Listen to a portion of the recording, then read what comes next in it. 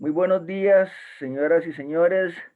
En nombre del Centro de Estudio Democrático de América Latina, agradecemos su presencia en esta actividad esta mañana. Esta iniciativa se enmarca en los seminarios de línea donde abordamos temas relacionados con los nuevos retos y las nuevas dimensiones de la democracia hacia un nuevo contrato social, hoy con actividad número 29. Le solicitamos, por favor, apagar micrófono y video. Para información de todo, la sesión será grabada y compartida como propiedad intelectual de CEDAL. La reunión iniciará y concluirá a las horas indicadas, por lo que estaremos concluyendo a las 12:30 horas. Le solicitamos pedir la palabra con el instrumento que proporciona el Zoom o por el chat. Las preguntas, por favor, que se circunscriban al tema abordado, y si va a hacer un comentario, que sea corto y puntual. Es inapropiado y no se permitirá el uso de las palabras jueces, interrumpir a quien esté en el uso de la palabra o agredir de manera verbal a un participante. Le cedo la palabra a Carlos Rivera. Adelante, don Carlos.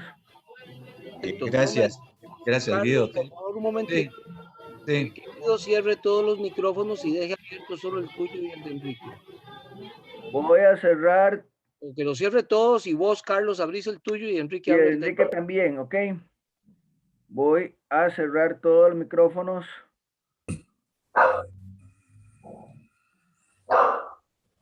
Un momentito. ¿Listo? Carlos, activa el micrófono, y don Enrique, que active el micrófono también, por favor.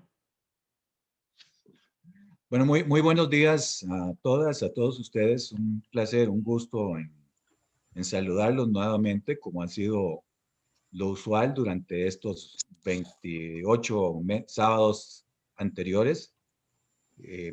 A quienes nos han acompañado regularmente, la satisfacción de que siempre estén aquí presentes, y a los que se integran por primera vez en estas jornadas y en estos seminarios, pues indicarles de que las puertas están abiertas para que sigan viniendo a estas actividades. En realidad han sido jornadas muy provechosas, muy llenas de contenido, con excelentes expositores, y que por supuesto para CEDAL y el equipo que organiza estos programas, pues es más que satisfactorio.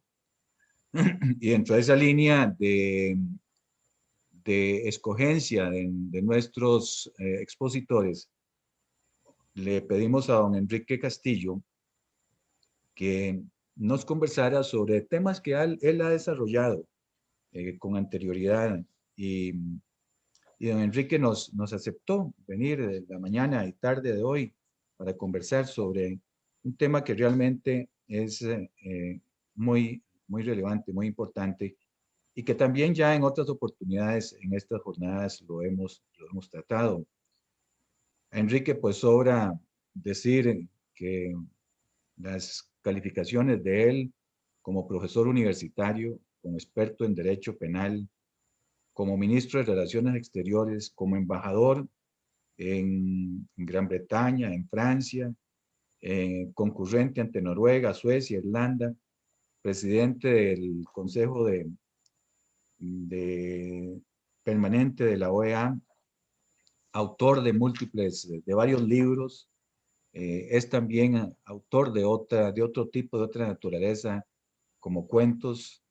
Es doctor en Derecho de la Universidad de Burdeos y también máster en Sociología de la misma universidad, y por supuesto de la Universidad de Costa Rica, licenciado en Derecho y bachiller en Sociología de la misma Universidad de Costa Rica. Le agradecemos a Enrique. Enrique, cedo la palabra, y una satisfacción de que estés aquí con nosotros. Adelante, Enrique. Muchas gracias, Carlos. Me siento muy agradecido y honrado por la invitación que me ha hecho CEDAL para participar hoy con un tema en esta serie de programas que han venido desarrollando a lo largo de varios meses y que constituyen realmente una labor formidable de formación y de promoción. El tema que les he propuesto es el de la evolución, la inteligencia artificial y la desigualdad social en relación con el sistema democrático. yo quería explicar que el tema de la inteligencia artificial es un tema que está ya en la cultura popular desde hace mucho tiempo. Todos recordaremos películas que ya son viejas, como El hombre biónico, que fuera una serie de televisión de los años 60 o 70, hace muchísimo tiempo, y otras más recientes, pero no tan recientes, como Matrix o Robocop, que ya planteaban, como es usual a veces, que el arte va mucho más adelante de los avances científicos y de la propia cultura, como anticipando el futuro. En el cine y la literatura ya habían abordado estos temas desde hace décadas, pero era un tema que en el ámbito ya académico permanecía circunscrito a grupos muy estrechos de científicos y de expertos, y no trascendía al público, al vulgo. Yo me sumergí en esta temática a raíz de que, estando en Washington como embajador en la OEA, tuve la suerte de que me invitaron a la sesión de clausura de un seminario de científicos que hacía la NASA. La NASA tiene su sede en Washington, y entonces fácilmente pude asistir. Y realmente cuando yo llegué ahí había tal vez 100, 120 personas. Y después vendría a saber que eran los más destacados científicos de todo el mundo, pero especialmente de los Estados Unidos, en temas de astrofísica. Y lo que habían hecho era debatir sobre un libro que entre todos habían escrito, que aquí lo tengo. No sé si, bueno, aquí está. Se llama Cosmos and Culture, el cosmos y la cultura. Bueno, y resulta que yo era, además de representante de la OEA, pues sociólogo y siempre, y un sociólogo que había hecho investigación, que estaba muy cerca de los temas científicos, claro, desde la perspectiva de las ciencias sociales, pero siempre también he seguido con interés los temas de las ciencias exactas, que son nuestras hermanas mayores. Y entonces ese libro fue todo un descubrimiento, porque a comenzar por el título, para mí era muy significativo: el cosmos o el universo y la cultura. Después, ya leyendo el libro, me di cuenta que en realidad ahí no participan antropólogos sociales, por ejemplo, y el concepto de cultura que manejaban era muy elástico, poco ortodoxo, pero la idea de vincular la evolución, porque de lo que trata el libro es de la evolución del universo, pasada, presente y futura, relacionado con la cultura, es decir, relacionado con el hombre. Eso me trajo muchísimo la atención. El libro fue un gran descubrimiento. Eso fue hace 10 años, y desde entonces me encargué de estar recopilando sistemáticamente información sobre este tema de la evolución y de la inteligencia artificial, que ahí no está en el título, pero ya en el libro empieza a aparecer el manejo del concepto de inteligencia artificial. Y luego, pues ahora lo enlazamos, y lo ha venido haciendo ya CEDAL este año, enlazando esos dos aspectos con el tema de la democracia. Tal vez parece un poco exagerado retrotraerse en el tiempo tanto hasta empezar por el universo, pero tal vez a lo largo de mi exposición ustedes van a entender el por qué, pero lo adelanto. Es porque lo que está ocurriendo en la ciencia y lo que está ocurriendo en las sociedades nuestras es parte de la evolución del universo, es parte del cosmos. Y entonces hay una relación en que el cosmos condiciona y provoca estos procesos que estamos haciendo los seres humanos, pero al mismo tiempo nosotros los retroalimentamos, a veces positivamente y a veces negativamente, de una manera destructiva. Pero hay una vinculación entre la evolución del universo y el concepto de inteligencia artificial concretamente, y lo que sigue después, que son los temas de nuestra sociedad. El que voy a destacar al final es el de desigualdad. Entonces yo los invito a hacer un recorrido, voy a hacer un sobrevuelo sobre la evolución del universo, porque eso es un tema extensísimo, pero es un sobrevuelo nada más como para contextualizar el tema de la inteligencia artificial, la desigualdad social y la democracia. Así es que los invito a hacer un recorrido que va a pasar muy superficialmente por planteamientos grandiosos, por catástrofes anunciadas, por mitos y por conspiraciones, como si fuera una buena película. Entonces, si quieren, pasamos a la lámina siguiente, y la número 2, a la 3, que empieza primero esta. Y aquí, muy esquemáticamente, hay un detalle de las etapas de la evolución cósmica. Empezamos desde hace 14.000 millones de años. Ustedes saben que a veces en inglés confunden miles de años con millones de años,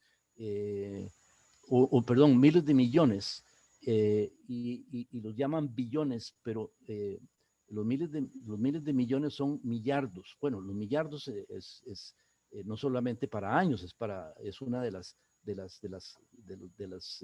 maneras de contar en grandes sumas. Y bueno, aquí estamos hablando de 14.000 millones de años. ¿Cuándo se dio el Big Bang? Que fue, no debería explicar esto porque esto es conocido por todos, que fue una explosión cataclísmica tremenda, y que produjo el universo, nuestro universo. Digo nuestro porque hoy los científicos están hablando de la posibilidad o de la hipótesis de que en realidad hay varios universos. El nuestro empezó hace 14 millardos de años. Fue una gran explosión, y a partir de ahí empezaron dos procesos divergentes. Una gran dispersión, lo que hubiera existido antes y que hubiera explotado, se supone que fue un hoyo negro que había acumulado una gran masa de materia y de energía. Recordemos que el universo está compuesto de materia y energía. Esa explosión dispersó todos los componentes materiales que tenía, y empezaron a expandirse por el universo. Esa expansión continúa todavía. Hace unos 20, 25 años se creía que el impulso de la explosión iba a ir disminuyendo y que en algún momento se iba a parar e iba a empezar a revertirse, iba a haber un retorno al origen, que la materia se iba a volver a concentrar de nuevo. Eso hoy en día ha sido descartado, y se está diciendo que el universo sigue en expansión y que posiblemente va a seguir eternamente en expansión. Pero al mismo tiempo el Big Bang produjo procesos de concentración. Es muy curioso, son procesos simultáneos, pero son divergentes. Uno va hacia la dispersión y otro va hacia la concentración. Y muchos de esos fragmentos y polvo cósmico que empezó a circular después del Big Bang empezó a concentrarse de acuerdo con ciertas reglas, y es donde surge, en estos dos procesos, donde se manifiesta la dinámica de la evolución, porque el universo contiene energía y contiene materia, y esta energía incide en la materia generando orden, forma y complejidad hacia lo grande, hacia los astros, hacia los cuerpos celestiales, hacia los sistemas del espacio, y hacia abajo, empequeñeciéndose cada vez más y desarrollando otro tipo de productos que van a ser, muchos de ellos, de carácter biológico, pero también celestiales, porque eso es lo que da formación del polvo cósmico a los cuerpos celestes como los planetas y los soles y los sistemas solares y las galaxias. Y en la parte pequeña, da origen a productos que originalmente van a ser biológicos, producidos de un proceso químico, eh, eh, físico-químico, que va a generar en la materia el nacimiento de la vida. Esto es el punto de partida para luego llegar a la evolución cultural, cuando esa vida se va transformando y nacen los seres humanos. Eso, resumidamente, es lo que ocurre visto en la evolución cósmica. Por supuesto que nosotros nos vamos a concentrar hoy en el último paso, que es la evolución cultural, pero todo lo que hay atrás y todo lo que ha ocurrido en el pasado condiciona y da forma al ser humano. Por favor, pasemos a la siguiente lámina. En la siguiente lámina ya se trata aquí de la evolución del ser humano, ¿verdad? También arrancando desde la evolución, desde el Big Bang. Por cierto que esta cifra de 14 millardos de años en realidad es bastante arbitraria, y todas estas periodizaciones también son arbitrarias, varían según los autores. Pero hay algunos que dicen que, bueno, que fue exactamente 13.7 millardos de años, y bueno, en eso no hay consenso, pero más o menos se puede hablar de un cierto consenso alrededor de los 14.000 millones de años.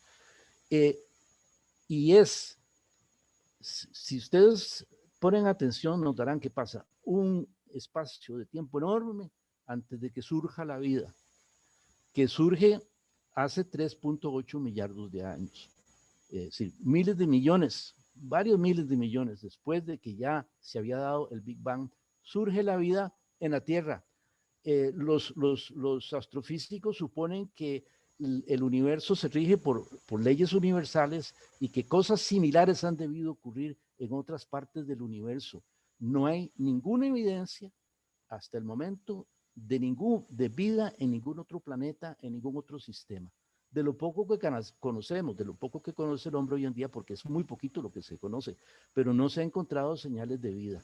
Los científicos andan ansiosos buscando señales de vida y andan buscando si hay los mismos elementos que dieron lugar a la vida en la Tierra, y eso también es una búsqueda perdida, porque incluso si hubiese vida no tenemos ninguna idea, ninguna certeza de que sea siquiera similar a la vida que se ha dado en la Tierra, porque lo que sí puedo decir yo, y después de haber revisado mucha bibliografía, es que todos los cuerpos celestes son distintos. Incluso los mismos aquí en el vecindario, como quien dice, en el sistema solar, todos los planetas que conformamos el sistema solar somos diferentes. En la composición, en la apariencia, en la manera de comportarse. Hay algunas que hay en común, algunas cosas en común, como girar alrededor del Sol, pero los detalles ya son muy divergentes, y muchos de ellos, incluso la propia configuración de la Tierra, se deben a accidentes fortuitos, únicos en ese cuerpo celeste. Bueno, no me detengo más aquí. Hace 2.500 millones de años, hace muy poco, aparecen los homínidos, por lo menos según Yuval Noah Harari. Aquí cito en algunos casos, el autor de donde he tomado el concepto. Y luego, ya existiendo los humanos, hace 280.000 años apenas ocurre la primera explosión cultural, es decir, hay una cultura que aparece, de la cual hay rastros en África, y que luego va a migrar después de mucho tiempo a Europa, es decir, al norte, hace de 35.000 a 45.000 años, y luego ya el hombre, todos estos ya eran hombres, ¿verdad? Y más recientemente, hace entre 10 y 12.000 años, viene la revolución agrícola y la formación de las ciudades. Y luego apenas hace 200 años se da la revolución industrial y lo que vamos a llamar aquí el presente es la revolución tecnológica que empieza hace apenas unos 50 años. Algunos componentes de la revolución tecnológica tienen más, 70, 80 años, pero es realmente muy reciente y casi todos los que estamos aquí hemos visto buena parte de eso. Por favor, pasemos a la siguiente lámina. Entonces, ¿qué es lo que tenemos en el presente? En el presente, hoy, se dice que estamos viviendo la convergencia, que es la combinación o la mezcla de diferentes tecnologías. Pero déjenme decirles que si bien esto ocurre ya en el siglo XX, hace mucho tiempo, un científico inglés escribió, y lo hizo en una carta, es una cosa muy curiosa, se llamaba Samuel Butler, y Butler en 1863, hace mucho tiempo antes de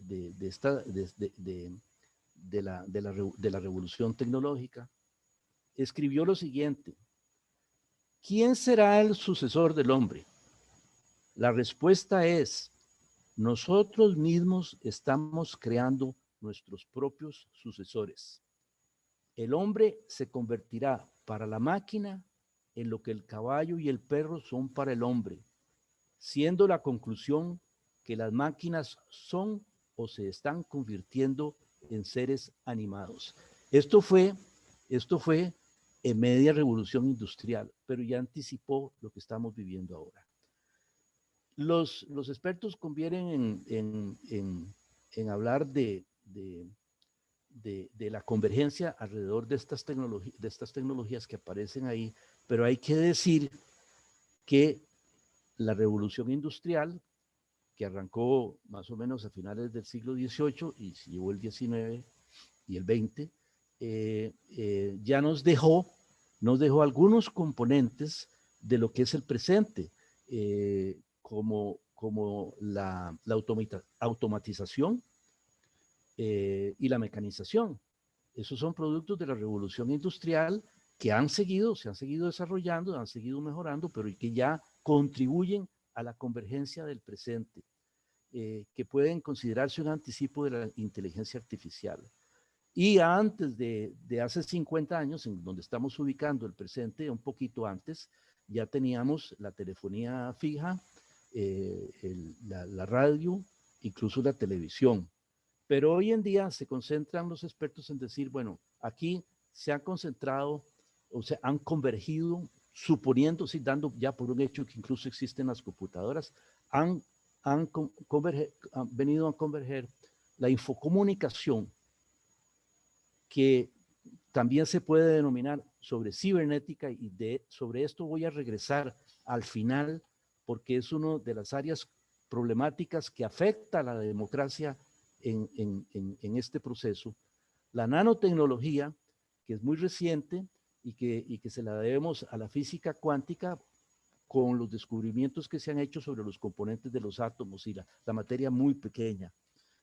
Todo lo que sabíamos hasta hace muy poco era sobre que las partículas más pequeñas, en aquel proceso de concentración después de que hubo el Big Bang, que se llegó a conformar materia y a distinguir los científicos que había componentes minúsculos que eran los átomos.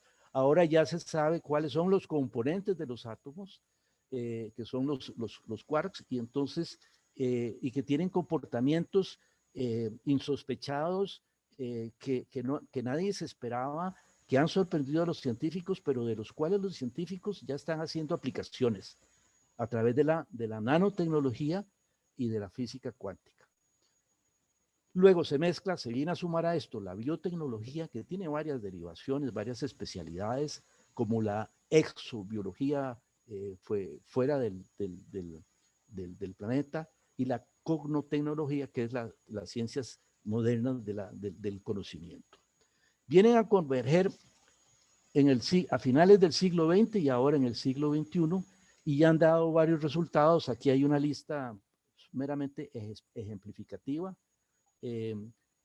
con, por ejemplo, la neurociencia, que se aplica y se desarrolla en monos, en ratones, en humanos, en otras especies animales. Yo puedo decirles que cuando yo estudiaba en Francia, hace poco más de 50 años, más o menos, hace 50 años, justamente cuando se radica el nacimiento del presente tecnológico, ya para mi tesis de grado yo logré conseguir un libro escrito por un neurólogo español que había... Es que lo mata uno más.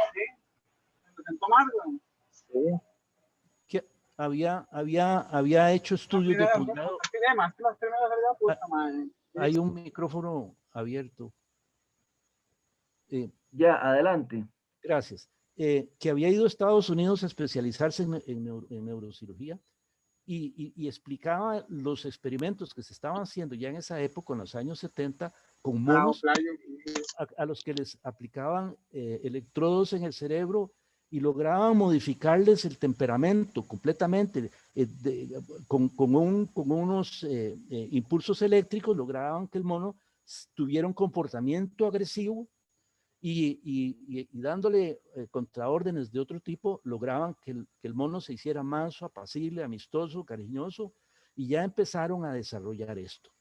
Esto es lo que va a dar, lo que forma parte de la cibernética, y voy a regresar porque es aquí donde se esconden grandes posibilidades para el ser humano, pero grandes amenazas que ya se están concretando. Después han hecho experimentos ya, se han logrado, por lo menos he leído de 2 pequeñas especies animales que habían desaparecido, se habían extinguido, y a través de la ciencia moderna se han logrado hacer renacer. Y luego tenemos como productos actuales de la convergencia el Internet, las redes, los grandes datos, lo que estamos viendo en estos días.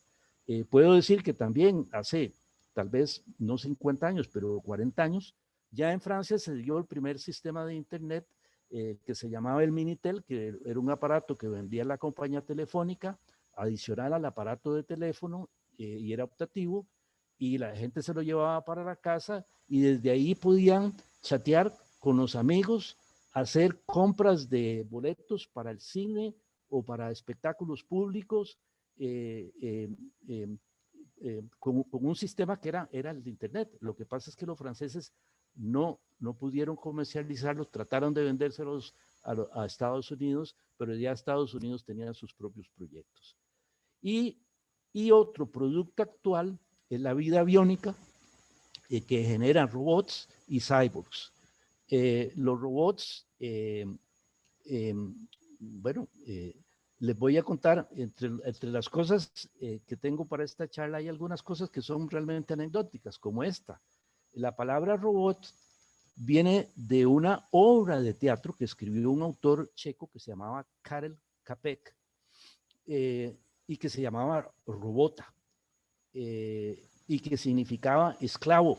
Fue estrenada en el Teatro Nacional de Praga en 1921, y era una historia también en cierto modo anticipativa del futuro, por lo menos que se prestaba a grandes reflexiones filosóficas, porque la historia contaba la creación por parte de un científico de robots, de máquinas que trabajaban para el servicio de los hombres,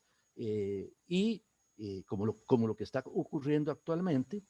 Y resulta que los robots, esto ya ha sido objeto también de películas, se rebelan contra los humanos y hacen una guerra, y hay una guerra física.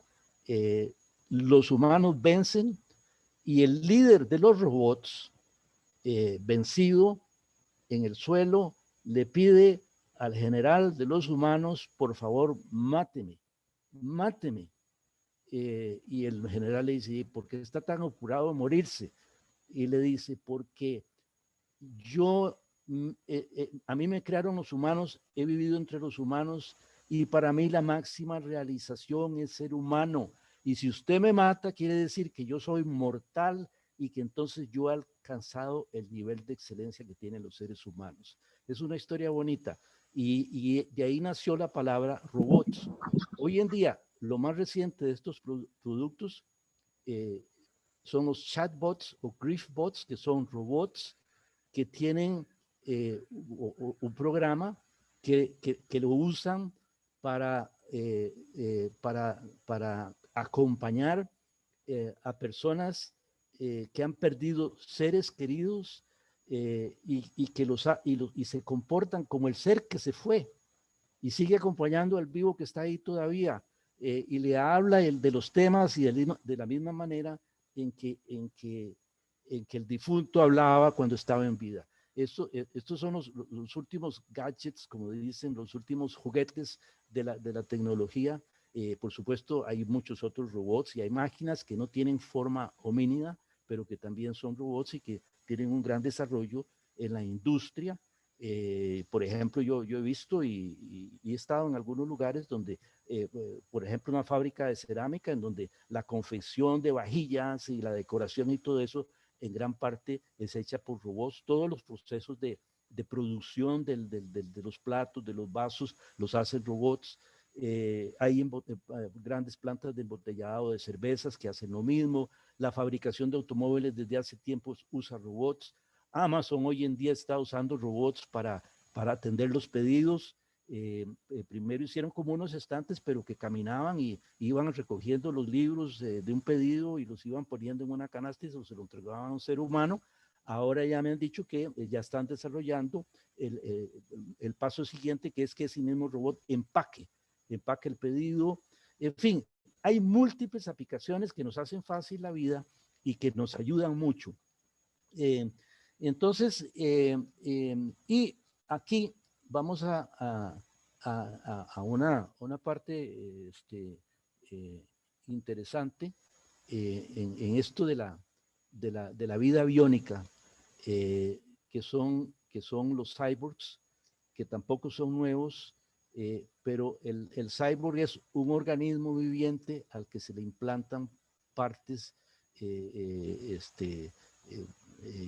¿cómo decir? Partes tecnológicas que son muchas veces de metal o de otros materiales.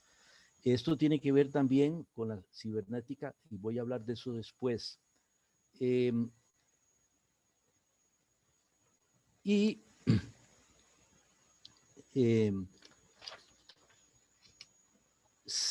una gran aplicación en medicina. De ahí la gente que usa, ¿cómo se llama? Prótesis de piernas o brazos son en cierto modo, son cyborgs, ¿verdad? Porque los que llevan marcapasos son ¿Era llamado o qué? ¿Para dónde viene? Empieza, güey, digo, de huevo. Tiene que estar todo bueno, pero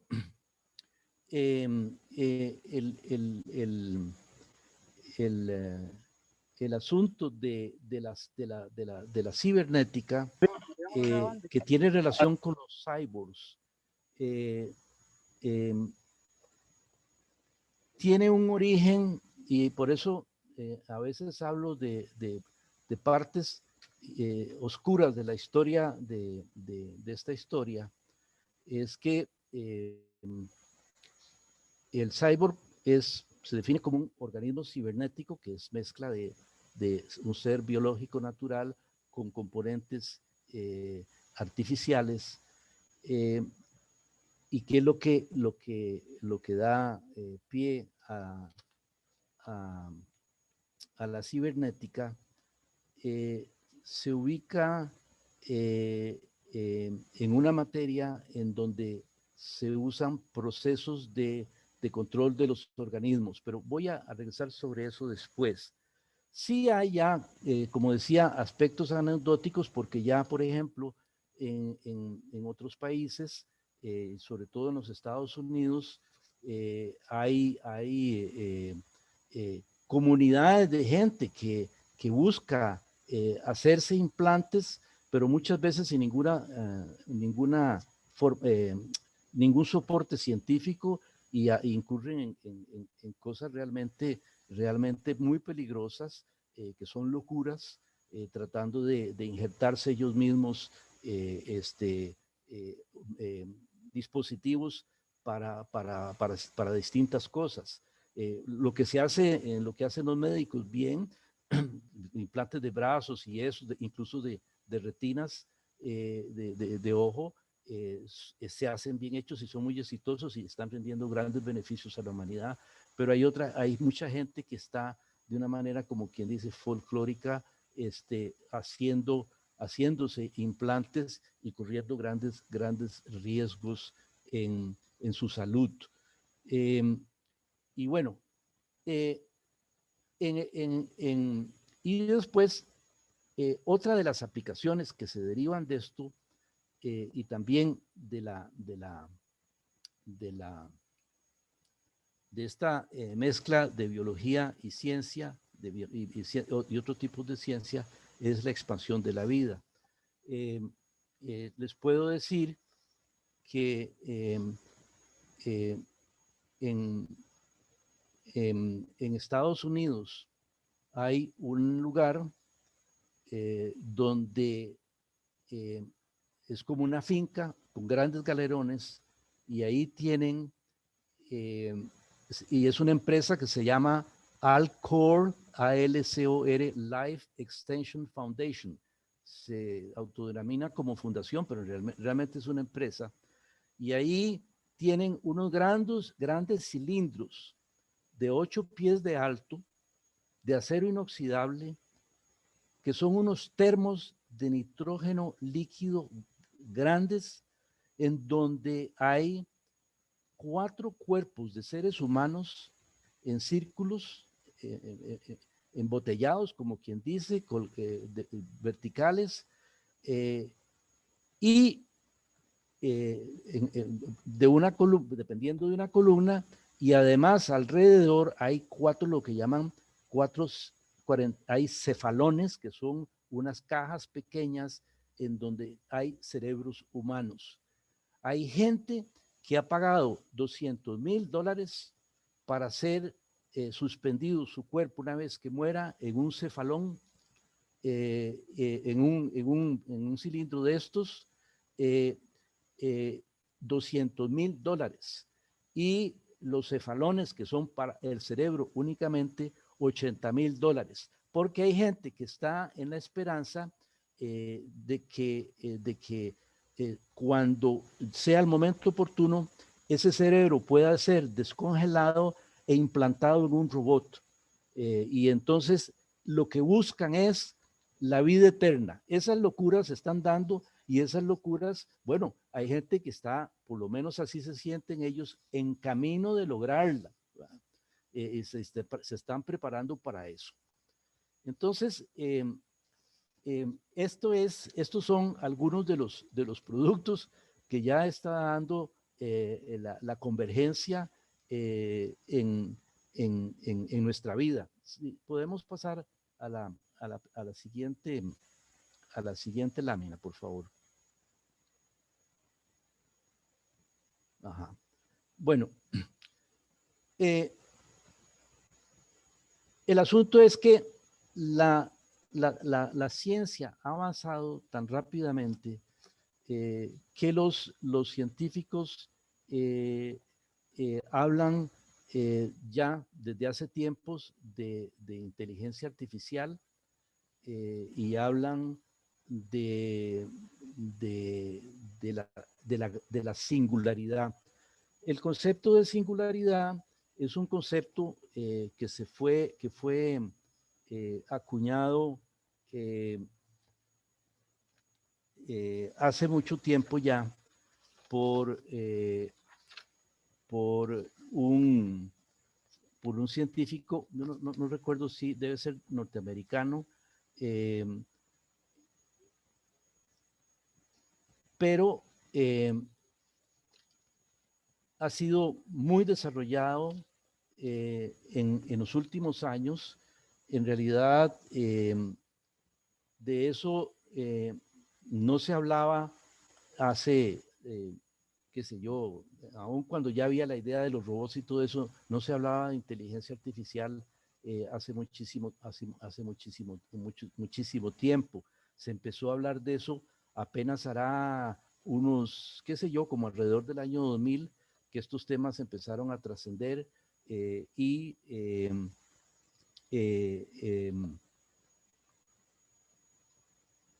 se empezó a hablar de inteligencia artificial propiamente. Vernon Bench en 1993 acuñó el concepto de inteligencia artificial y a partir de ahí se ha dado la idea de que sí se ha logrado crear una inteligencia que no es humana y que estamos próximos a la gran singularidad. La gran singularidad se anuncia como el momento en que los robots sobrepasen al ser humano. Ya sabemos que ha habido experimentos y han puesto un robot a jugar ajedrez o a jugar otros juegos de inteligencia y que han ganado la partida, pero aquí se trata de otra cosa. Primero, hay que tener claro que muchos de los que hablan de inteligencia artificial no definen el concepto de inteligencia. Y la inteligencia humana es algo que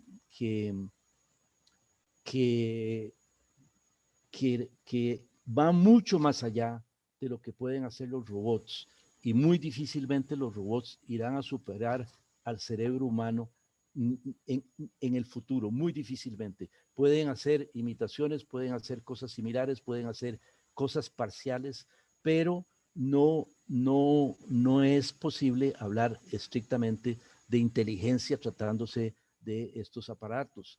Pero se dice que los van a superar. Sí, ya los robots han superado al hombre en su capacidad de hacer operaciones en grandes cantidades en muy poco tiempo.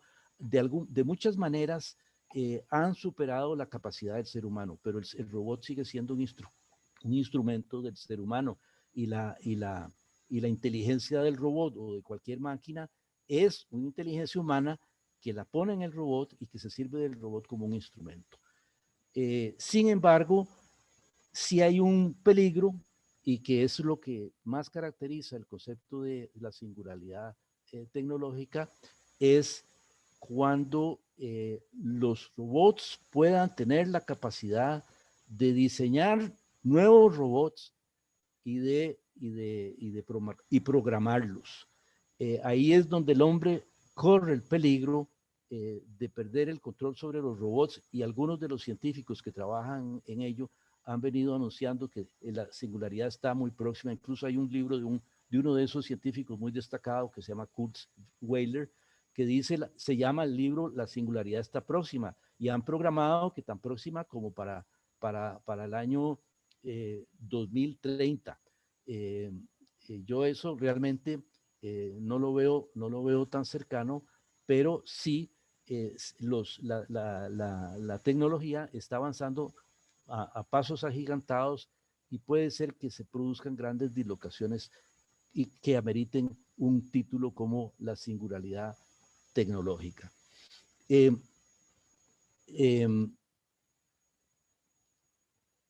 ¿Qué pasaría o qué es lo que se está previendo si llegamos a ese punto? ¿Ya? Si llegamos a ese punto, prácticamente puede ser, por eso lo llaman singularidad. El término singularidad se creó, incluso Einstein fue uno de los primeros en usarlo, para un acontecimiento de trascendencia universal. Y se dice que ese paso de los humanos a los robots sería de ese calibre y podría ser capaz de destruir la especie humana e incluso destruir a la Tierra. Hoy en día se dice que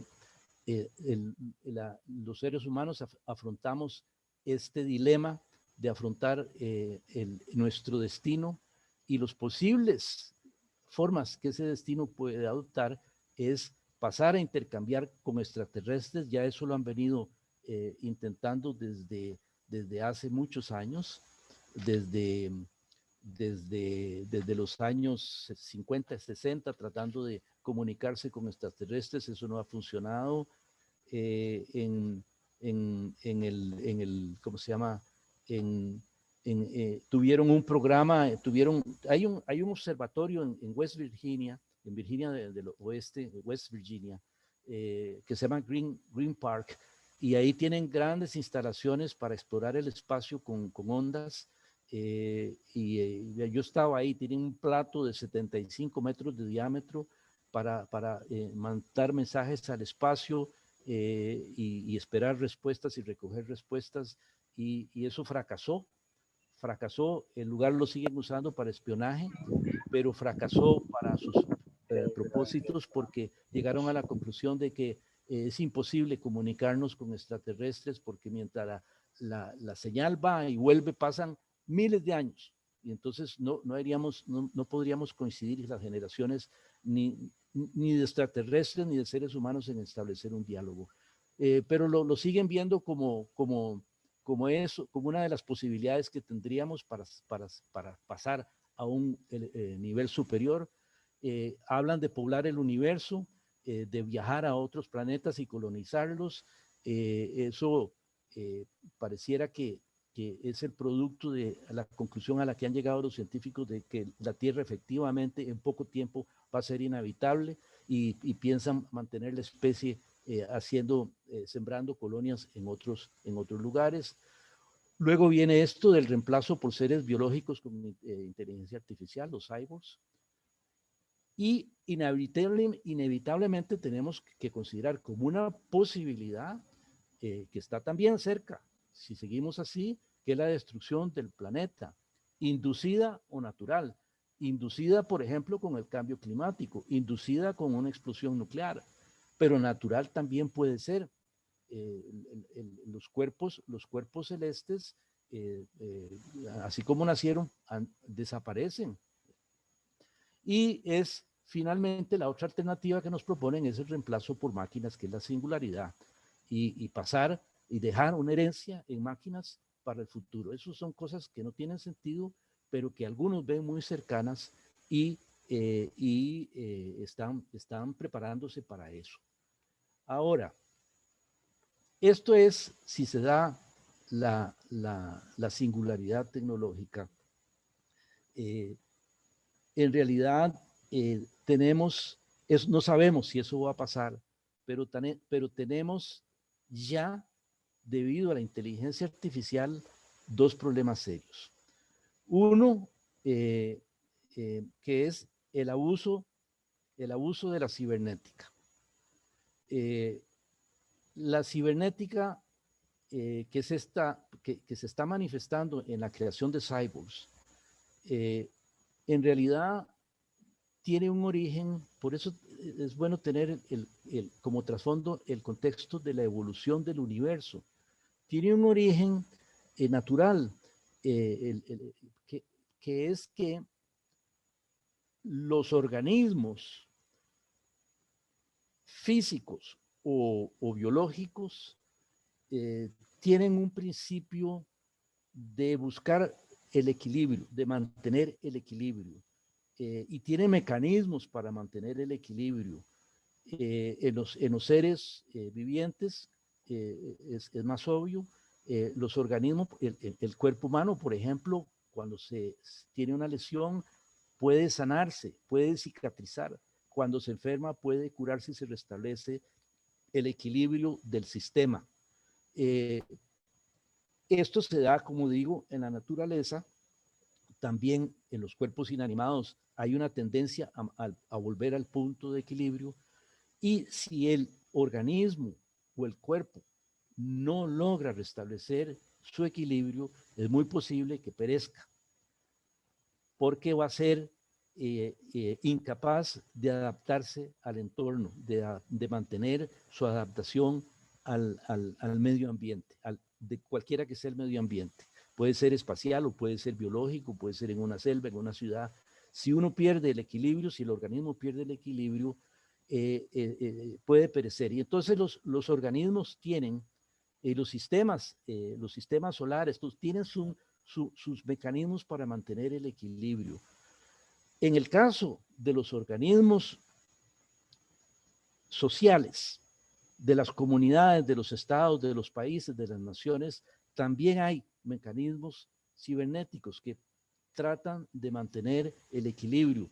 Pero lo que pasa es que todos esos mecanismos, sea en organismos vivos o no, tienen un sustrato de información y control.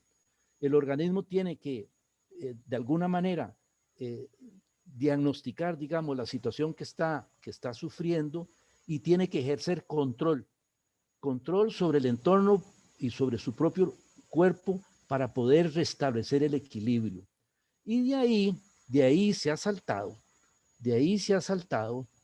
a aplicaciones en otras áreas. Dos médicos norteamericanos, Manfred Clynes y Nathan Kline, empezaron a desarrollar esto pensando en los cyborgs para mandarlos al espacio. Pero estos proyectos fueron adquiridos por DARPA. DARPA es nada menos que una oficina o una organización del Departamento de Defensa de los Estados Unidos. Se llama Defense Advanced Research Projects Agency. Agencia de proyectos, de investigación de proyectos de defensa avanzada. Y han desarrollado tecnologías para control del ser humano. Lo manejan los gobiernos y lo manejan grandes corporaciones. Y ahí es donde nosotros estamos teniendo problemas porque la DARPA, el primer director que tuvo fue un ex CEO, un ex gerente o ex presidente ejecutivo de McDonald's, era un hombre de negocios. Y ahí lideró esa agencia, Michael Goldblatt, lideró esa agencia por muchos años y le dio orientaciones en asocio con la empresa privada para desarrollar tecnologías del control de la conducta humana con fines de defensa, y de ahí se salta fácilmente a los fines militares. Eso es lo que ha propiciado, y la misma DARPA alentó el desarrollo de robots y de tecnologías con ese fin, y financió grandes proyectos, y es lo que ha inspirado también a grandes empresas como Google, Microsoft y lo más reciente de Cambridge Analytica hace poco en Inglaterra, y Netflix. Lo que hace Netflix maneja algoritmos que son parte del uso cibernético de la tecnología para manejar su clientela. Ustedes lo saben, ustedes lo ven y ellos mismos lo dicen. Tenemos algoritmos que nos permiten facilitarle al consumidor tener los programas que prefiere, y las preferencias las llegan a descubrir recogiendo información de los seres humanos y luego para aplicarlas a técnicas de control.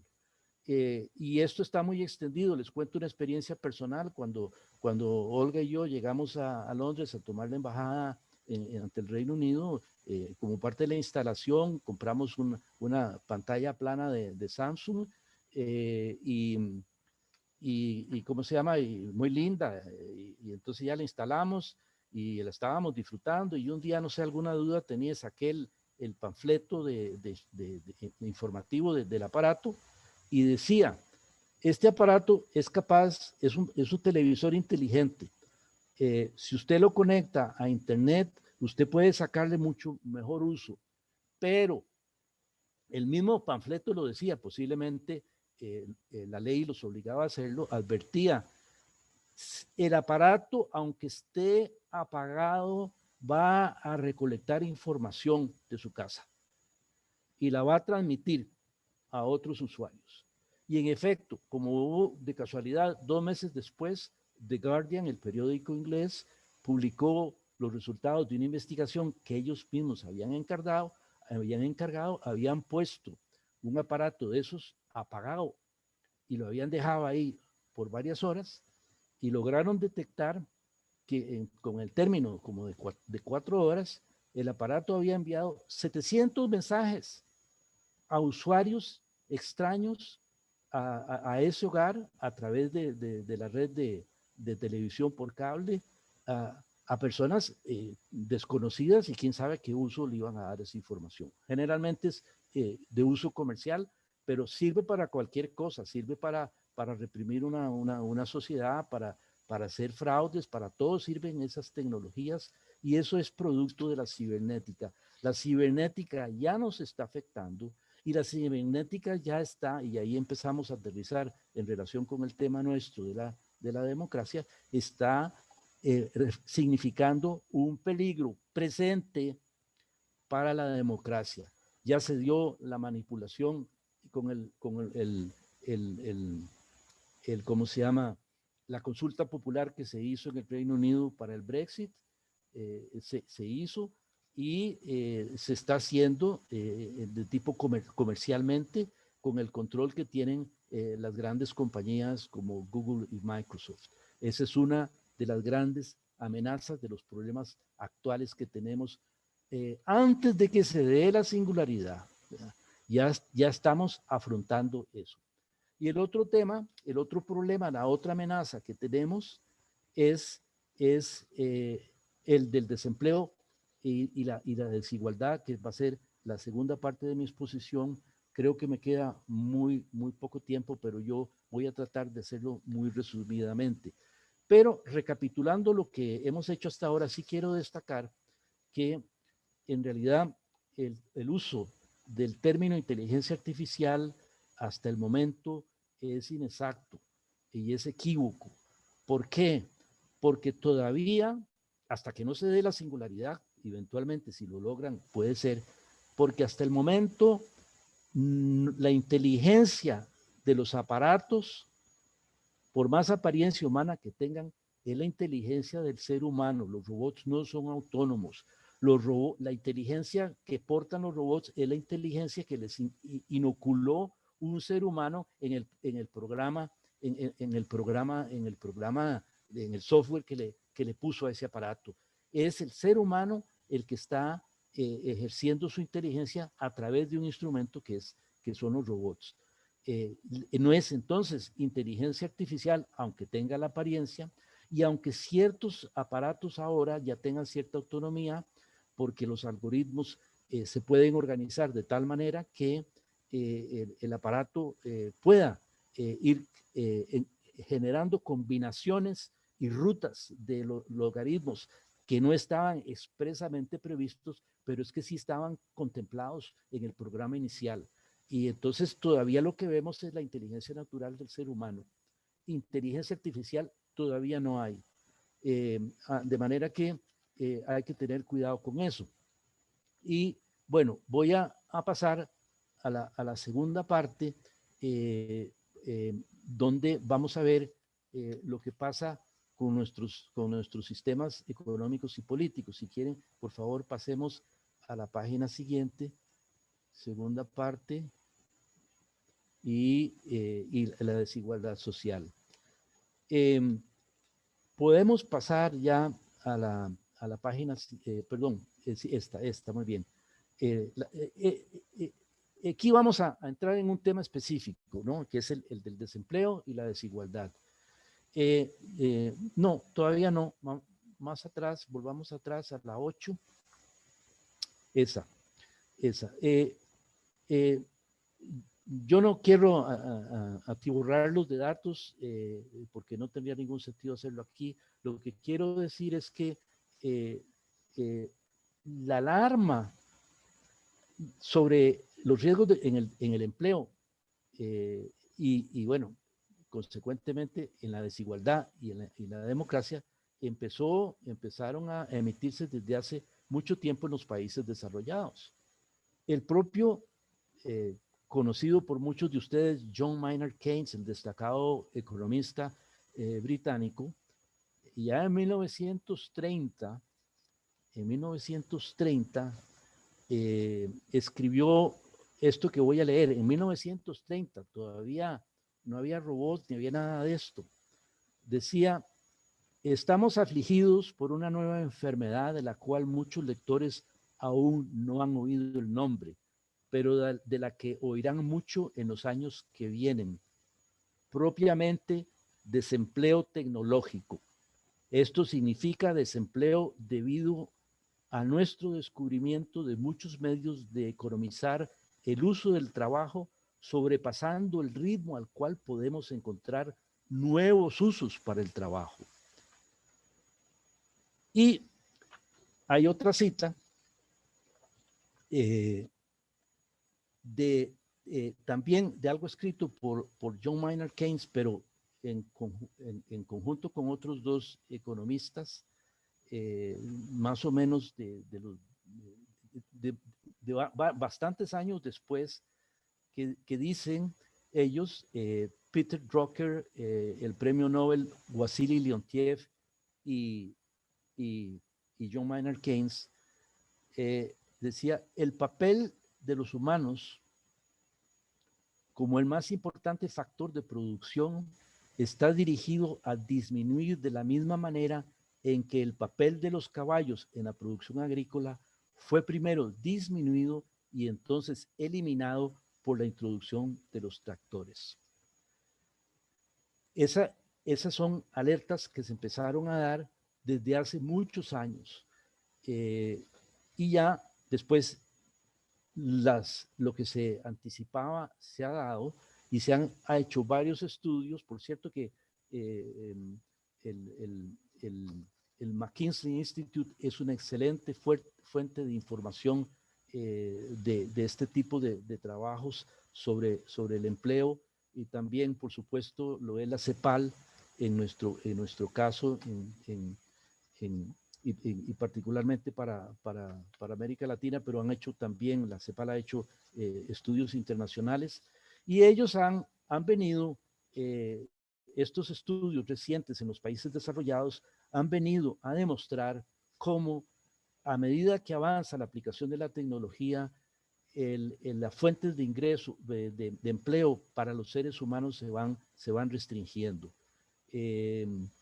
Y ahí hay, por ejemplo, una alerta de Brion Jolson y McAfee, que son unos profesores de Oxford, que hicieron estudios para determinar cuánto era el porcentaje de los empleos que podían ser afectados por la tecnología, y llegaron a la conclusión de que podía llegar hasta 90%. Eso no es algo descabellado.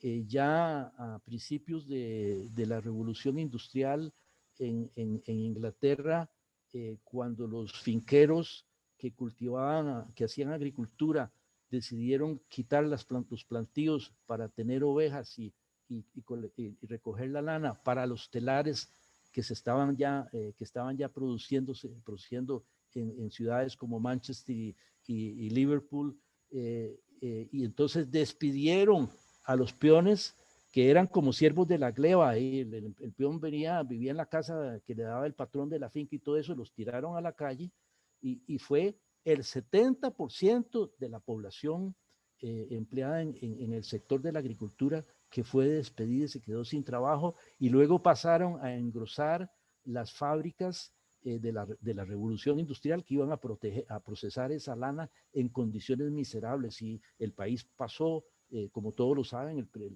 la aparición, la revolución industrial generó mucho dolor por el trabajo esclavizante que había, y por la explotación inhumana que se hacía de esas gentes que estaban con hambre. Bueno, esto ya lo estaban anticipando ya muy recientemente, en el 2011, estos dos autores.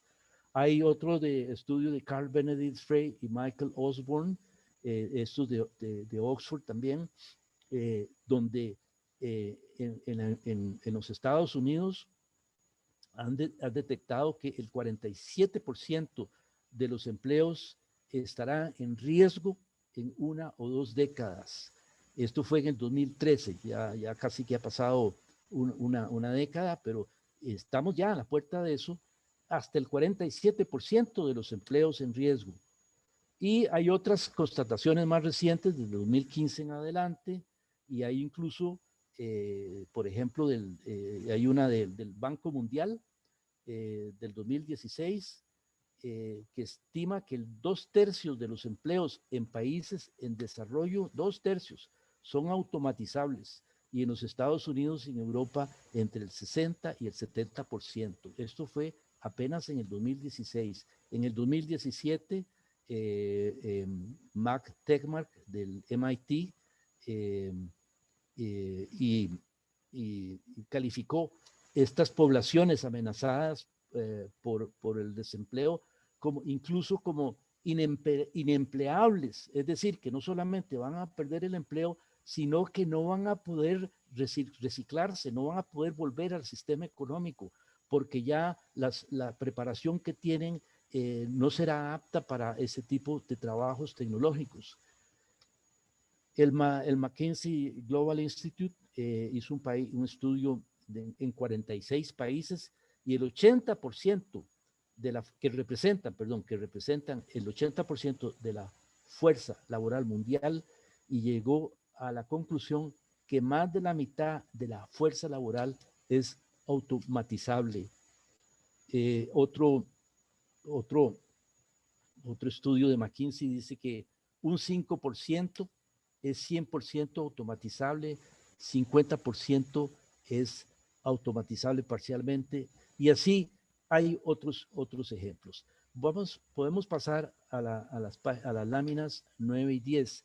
Esta lámina es muy reveladora, porque es uno de estos estudios de McKinsey, y aquí en color rosado se ve los empleos tradicionales que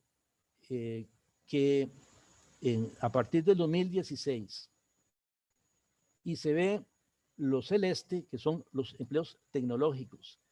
Y vean ustedes cómo la mancha celeste va creciendo y va subiendo, y prácticamente hace desaparecer la otra en el término, claro, en el término de varios años. Aquí la cuenta empieza en el 2016 y se va hasta el 2100, ¿verdad? Pero ya en el 2030, en el 2035, ya hay afectaciones muy grandes del empleo. De manera que va a haber una transformación tan grande que muchos de los empleos actuales van a desaparecer, y va a haber en el ínterin mucha gente con hambre si no tomamos medidas. Las desigualdades, podemos pasar a la lámina que sigue. Las desigualdades también esta situación nos llega en un momento en que en América Latina estábamos más bien mejorando en términos de igualdad, porque habíamos mejorado los índices de Gini en los últimos años, y digamos que por un estudio de la CEPAL del 2017, indicaba que de 18 países que habían estudiado, se había logrado bajar el índice de Gini de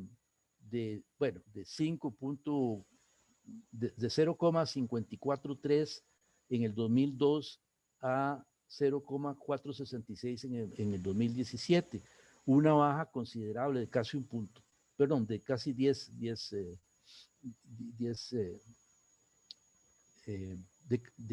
no un punto, pero de varios centésimos en 2017. Se había mejorado mucho, pues, la situación desde el 2002 al 2017.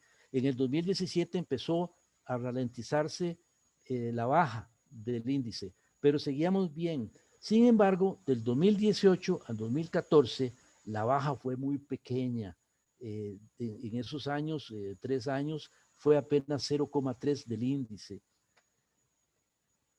Y entonces, y habíamos logrado que la extrema pobreza bajara en América Latina de 44,5 en el 2018, de 44,5 en el 2018 a 27 en el 2014, de 44 a 27, habíamos bajado mucho, veníamos en recuperación, pero empezó a subir en el 2017 un poquito la pobreza extrema. En eso estábamos mejorando viendo a ver cómo mejorábamos el índice de Gini cuando se vienen, primero la pandemia, pero se viene esta amenaza de la tecnología que ya la estábamos detectando. Estábamos preparándonos para eso. Yo trabajé en un proyecto que para sometérselo a Flaxo aquí, pero en eso llegó la pandemia, porque los países de América Latina, a diferencia de los países desarrollados, tienen muchas ventajas. Podemos pasar a la siguiente lámina.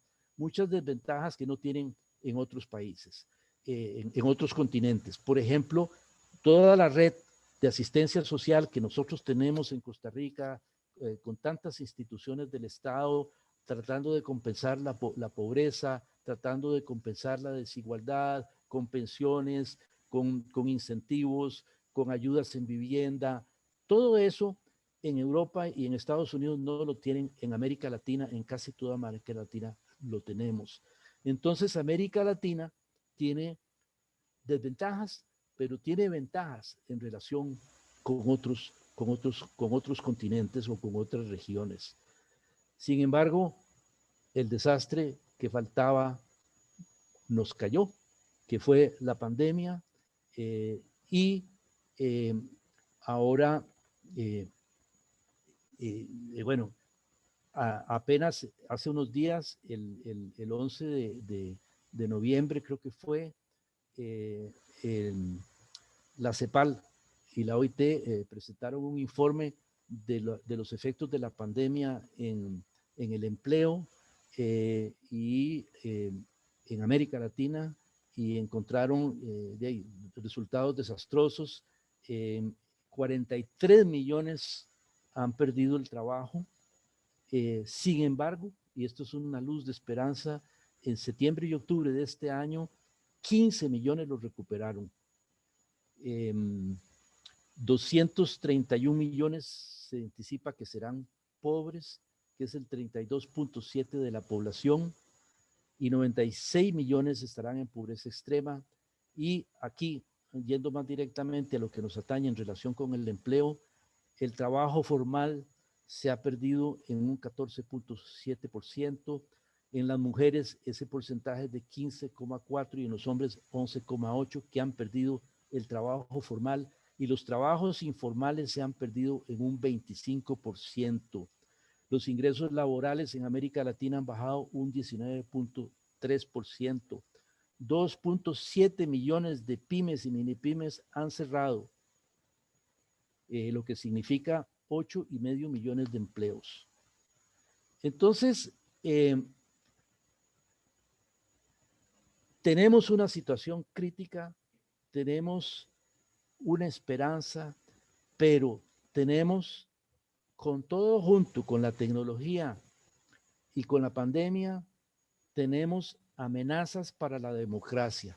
Ya lo vimos con la tecnología, hay amenazas ahí en la manipulación de los procesos electorales, para citar un ejemplo, pero hay también empleo generado por la tecnología que afecta la estabilidad de nuestros sistemas sociales y que afecta la democracia.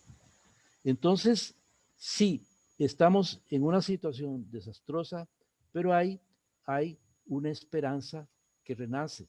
Estos repuntes del empleo de los últimos días, y aquí tengo los últimos informes de esta semana, incluso que ha habido ¿cómo se llama? Estudios que se han sido revelados recientemente aquí en Costa Rica y en América Latina, en donde se empieza a ver un repunte del empleo de estas últimas semanas. Incluso aquí en Costa Rica esta misma semana se dio una noticia Uno de los datos que recomiendo de esta semana es que, ¿cómo se llama? Una empresa encuestadora dijo que los empresarios están empezando a prever un incremento en las recontrataciones a partir del año entrante o a partir de este año. Eso es alentador y hay una cierta esperanza que renace en cuanto a la reactivación del sistema económico, pero tenemos que estar muy, muy vigilantes con el sistema político, porque todo lo que se viene y lo que se está dando ya requiere un sistema político robusto, claro, correcto, conforme a derecho, y tenemos que cuidar mucho los avances que hemos logrado en Costa Rica. Esa es la síntesis de este tema que quería hacerles de la evolución, la inteligencia artificial y la desigualdad social. Muchas gracias. Muchísimas gracias, don Enrique, muy amable. Ofrezco la palabra en vista de que tenemos poco tiempo. Le rogaría que fuéramos muy puntuales en lo que cada cual quiera compartir.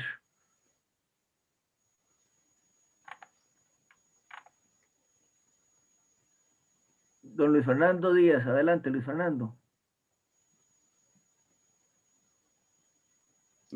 Me van a perdonar los compañeros que nos acompañan hoy, porque yo siempre trato o de no intervenir o de intervenir al puro final para darle oportunidad a todos, pero como Carlos va a informar ahora, hoy es un día especial para este programa y para nosotros.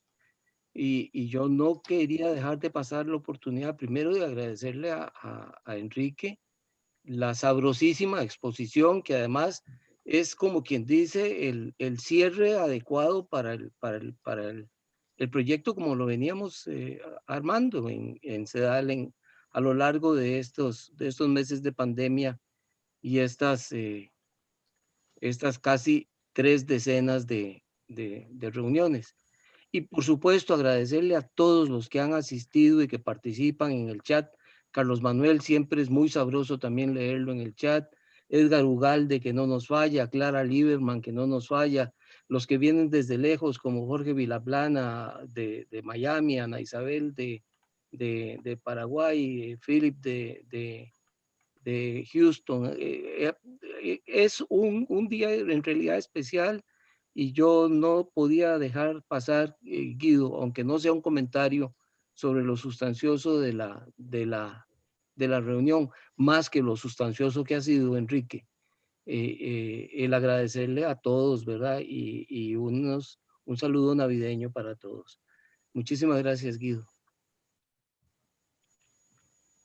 Mucho gusto, Luis Fernando. Es claro que la tecnología nos ha impactado, nos está impactando y sin lugar a dudas va a continuar impactando nuestra sociedad. No hay duda de que esto va a tener efectos en lo económico, ya lo está teniendo, y va a tener mucho más efectos en lo político. Y nosotros deberíamos en CEDAL hemos venido empujando la reflexión en relación con estos temas, porque definitivamente tenemos muchos desafíos, hay muchas oportunidades, pero el peligro en relación con la posibilidad del debilitamiento del sistema político democrático es real, es real. Y hemos querido generar este tipo de reflexiones eh, para, para que entendamos que, que el futuro está a la vuelta de la esquina, ya lo estamos viviendo, ya la comunicación, las redes sociales, como lo hemos visto a lo largo de estas semanas, nos ha impactado, nos impacta en lo más íntimo de nuestra vida, que es el poder estar desde nuestra casa compartiendo de la manera como estamos compartiendo, pero también sobre qué compramos, dónde compramos, en la parte comercial que es impactante y obviamente en la parte sociológica. Bueno, si no hay más comentarios, Ofrezco el uso de la palabra y si no, pues le cedo la palabra a Carlos Rivera. Agradecerle a don Enrique, de verdad, muy, muy enriquecedora su exposición. Y Carlos, Juan Carlos Jiménez tiene la palabra antes de Carlos Rivera. Y hay muchos escritos ahí en el chat escrito. Sí, vieran que es que yo no los he podido ver porque estaba compartiendo pantalla. Entonces, voy a ver el chat, pero adelante, Juan Carlos. Bueno, muy buenos días. Nuevamente, es profundamente agradecido siempre con CEDAL. Yo creo que sábado tras sábado nos ha ofrecido insumos a esta juventud para ver las proyecciones al futuro. Y bueno, definitivamente ha sido todo un proceso de aprendizaje porque creo que el tema de la inteligencia artificial y las tecnologías de la información han llegado para quedarse absolutamente en todas sus ramas.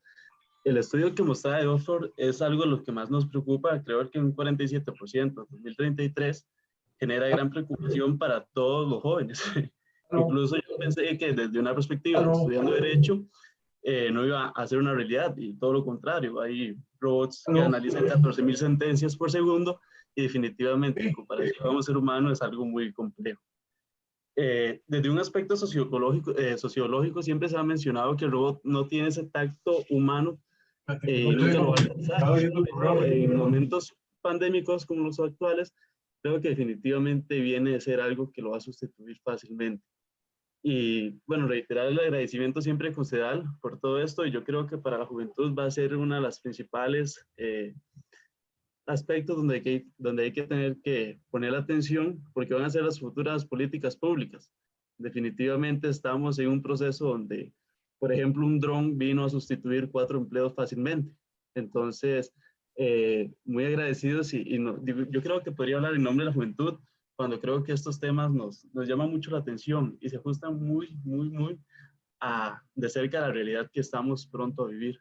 Entonces, muchísimas gracias. Doña Clara, a ver, queda en el uso de la palabra doña Clara Lieberman y Enrique Gomaris antes de darle la palabra a don Carlos Rivera. Adelante, doña Clara. Muchas gracias. Mira, yo quiero, primero la de hoy, la conferencia de hoy fue una flor en el ojal, ¿verdad? Es algo increíble, buenísimo. Y segundo, gracias a CEDAL por haber mantenido en esta situación en que estamos unas conferencias cada sábado. Todos nosotros, al menos yo, siempre esperaba exactamente esta hora para poder escuchar cosas que me llenen no solamente el alma, como ustedes lo han hecho. Yo seré siempre y quiero continuar en la ayuda que puedo dar a CEDAL, en la educación que ustedes están dando y estar siempre al lado de ustedes. Carlitos ya sabe, yo he hablado mucho con ustedes, con él, y cuenten siempre conmigo para esto. Muchísimas gracias y quiero simplemente darle la gracia porque para mí esto ha sido algo que me ha llenado el alma. Muchas gracias. Muchas gracias, doña Clara. Enrique Gomaris, adelante. Hola, buenas tardes ya. Usted ha mencionado un riesgo bastante evidente a corto plazo, que es el de la reducción de los empleos, pero no ha mencionado las contramedidas que se están estudiando y en algunos casos implantando con respecto a la reducción del empleo, como por ejemplo, le menciono dos.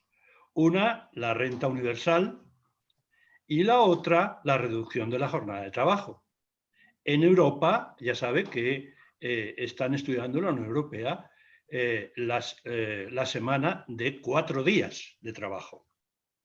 Es decir, existiría la posibilidad de que la reducción del empleo produjera una redistribución del empleo y de los ingresos de una forma que sea una contramedida a esa reducción del empleo en el inmediato futuro.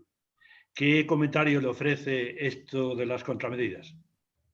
Don Enrique, antes de darle la palabra, voy a darle la palabra a Carlos Manuel Echeverría y luego usted y cerramos con Carlos Rivera después de su participación. Adelante, Carlos Manuel. Muchas gracias, Guido. Muy breve. Perdón, Enrique está hablando, creo. Está con el micrófono apagado, don Enrique.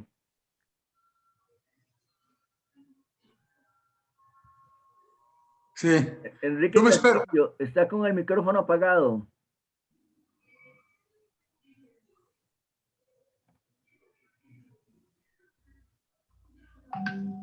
Enrique, tenés el micrófono apagado.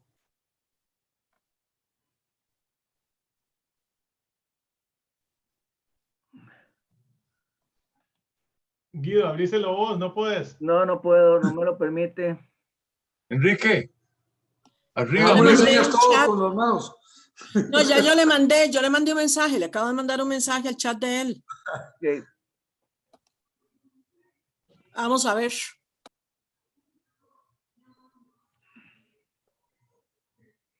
Don Enrique Castillo, tiene el micrófono apagado. Y el audio también. ¿Parece? Ahí está Olga. Ahí está, ya le van a dar el auxilio correspondiente. Claro, tenía que llegar, ¿verdad? Doña Olga, claro. Femenino. Carlos Manuel, adelante. Muchas gracias. Vamos a ver si Enrique puede conectarse. Quisiera saludarlo también, pero gracias. Voy a ser breve por ahora.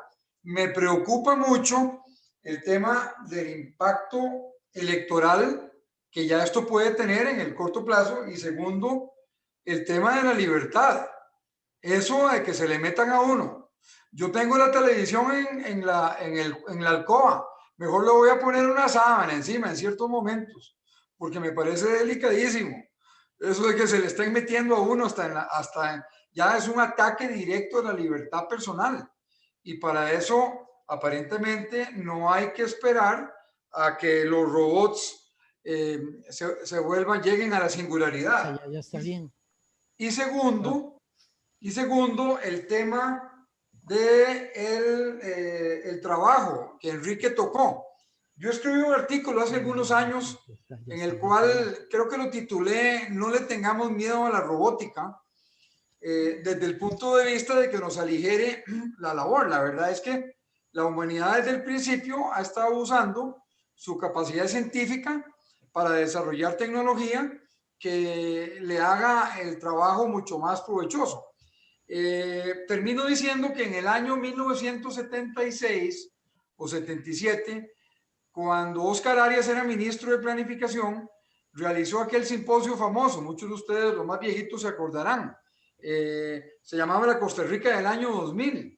Y ahí él habló sobre que era posible que en el año 2000 tuviéramos que trabajar menos y tuviéramos más tiempo para el ocio creativo, ya sea creativo en las artes o creativo en diseño de nuevas tecnologías o de superarse científicamente. A mí me parece que la robótica puede ser espectacular para darnos más tiempo de dedicarnos a nosotros mismos y de poder dedicarnos al ocio creativo, tal y como lo mencioné. Enrique, un abrazo, aprovecho para saludarte a vos y a Olga, que ahí la vi, a ver si nos vemos pronto. Un abrazo. Muchas gracias. Muchas gracias. Ya la tecnóloga me sacó del apuro porque se me había ido la pantalla. Bueno, si me permiten, voy a contestar estas dos primeras intervenciones. La del señor Gomaris sí, tiene razón. Bueno, por lo largo de que era la presentación, no pude referirme a eso, pero en realidad sí se pueden tomar medidas provisionales para echarle agua a la sopa y hacer que los empleos den para más gente. Pero en realidad la ruta que yo pienso que debe seguirse y que la que están tratando de seguir en otros países, por lo menos no lo están haciendo, pero lo están vislumbrando, es la reconversión. Costa Rica, yo hice un planteamiento de un proyecto de investigación, primero para determinar las necesidades a futuro del mercado del empleo, sobre todo en el sector privado, en las industrias, en el comercio, etcétera, y ver cuáles son las necesidades que ellos proyectan. Y luego el Estado, en conjunción con las empresas privadas, debe poner en práctica programas intensivos de reconversión. Es decir, los empleados manuales se están perdiendo porque lo hacen los robots, lo hacen las máquinas. Entonces hay que hacer que la gente migre en sus capacidades de estar preparados para trabajos sencillos y manuales a trabajos más elaborados con el uso de la tecnología. Algunos de los científicos que he leído dicen no es correr contra las máquinas, es correr con las máquinas. Hay que ver cómo nos asociamos en el trabajo, en la ejecución de los trabajos, para que seres humanos y máquinas trabajemos juntos hacia el mismo fin. Y entonces esto requiere programas intensivos de reconversión, en donde el Estado tiene que jugar un papel, pero también la empresa privada, porque la empresa privada puede montar programas. Uno de los datos alentadores que iba a mencionar de estos días es la reforma del INA, porque la reforma del INA debería permitir precisamente el establecimiento de cursos en armonía, en consonancia con el sector privado para hacer esas reconversiones. El INA tiene que jugar un papel muy importante y poder hacer reconversiones masivas que pongan a Costa Rica adelante en este mundo de tecnologías. Entonces yo creo que más que fraccionar las jornadas de trabajo, que eso se inventó un poco en Europa cuando hicieron la jornada de 35 horas, se trata más bien de volver a de empoderar a los empleados con el uso de nuevas tecnologías, y la educación tiene que jugar un papel importante, el Estado y las propias empresas. Creo que la solución está por ahí. Ahora que Carlos Manuel mencionó lo del ocio, yo justamente, como en el año 97, 87 creo que fue, publiqué en La Nación un periódico, en la página 15, un artículo que se llamaba justamente El ocio en el siglo XXI.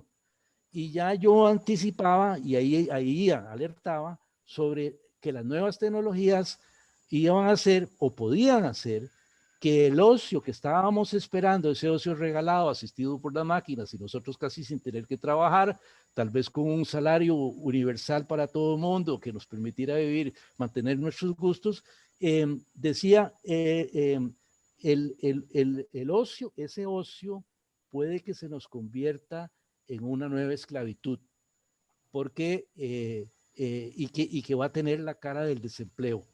Porque puede ser, y lo estamos viendo, ya nos está cogiendo tarde. Yo estaba muy apurado elaborando ese proyecto para Flaxo, hasta en eso se vino la pandemia, pero de todas maneras yo ya anticipaba que luego viene la ejecución de las medidas que son estas reconversiones. Y la robótica, sí, la robótica tiene cosas geniales que ya estamos disfrutando en entretenimiento, pero también en salud, en los trabajos. En las computadoras nos ayuda mucho, los trabajos distintos nos ayuda mucho. Entonces es correr con las máquinas, pero requerimos una reconversión de la fuerza laboral. Muchas gracias, don Enrique. Adelante, don Carlos Rivera. Gracias, Guido. Enrique, muchas gracias. En realidad empiezo por ahí para agradecerte la exposición importante, que abre nuevamente, como todas las que se han hecho aquí, inquietudes en los asistentes y posiblemente también en quienes nos vayan a seguir en los canales que está abriendo de manera permanente CEDAL.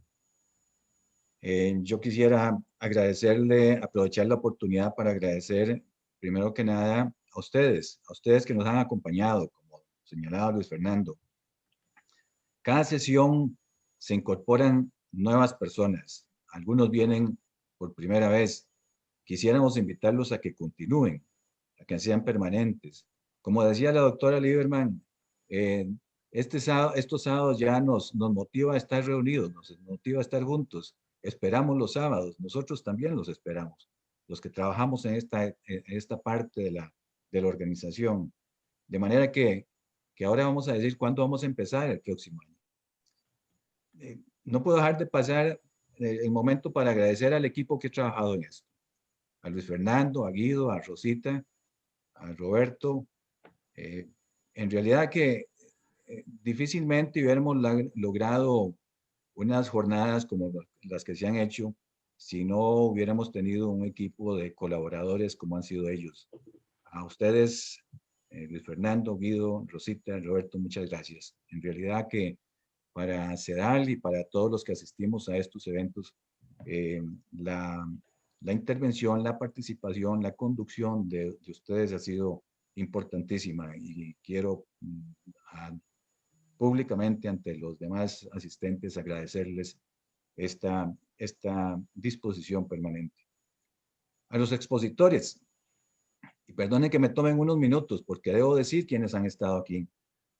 A Bernal Jiménez Monje, a don Pablo Azame, que siempre nos acompaña, a Leonardo Garnier, a Lina Barrantes, a Hazel Villalobos, a Enrique Sáenz, a Yayo Vicente, a Víctor Borge, a Jorge Urbina, a Guido Mora, a Belia Goaere, a Max Quesada, a Luis Álvarez, a Lorena Aguilar, a Carlos Revilla, a Julián Solano, a Victoria Eugenia Díaz Paniagua, a Ana Ruth Quesada, Ivania Solano, a Carmen Gamboa, a Gloriana Rivera Zanabria, a Florisabel, perdón, a Ivania Lizano, disculpen, a Gloriana Rivera Zanabria, a Florisabel Rodríguez, a José Eduardo Alvarado, a Luis Fernando Acuña, a Gustavo Elizondo,